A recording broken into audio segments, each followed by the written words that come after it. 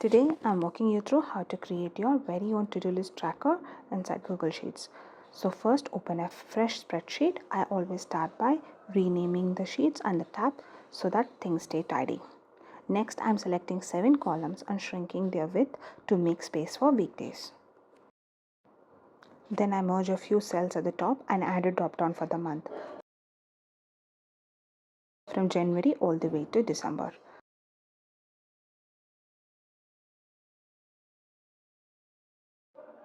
You can select the display style as chip or arrow according to your preference.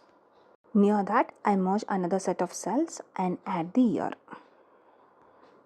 In cell A8, type the below formula. And I name this cell as date for future references.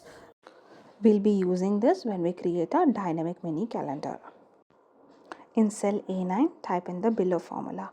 Now we are going to format it by going to format number and type in D. So this will just show us the dates.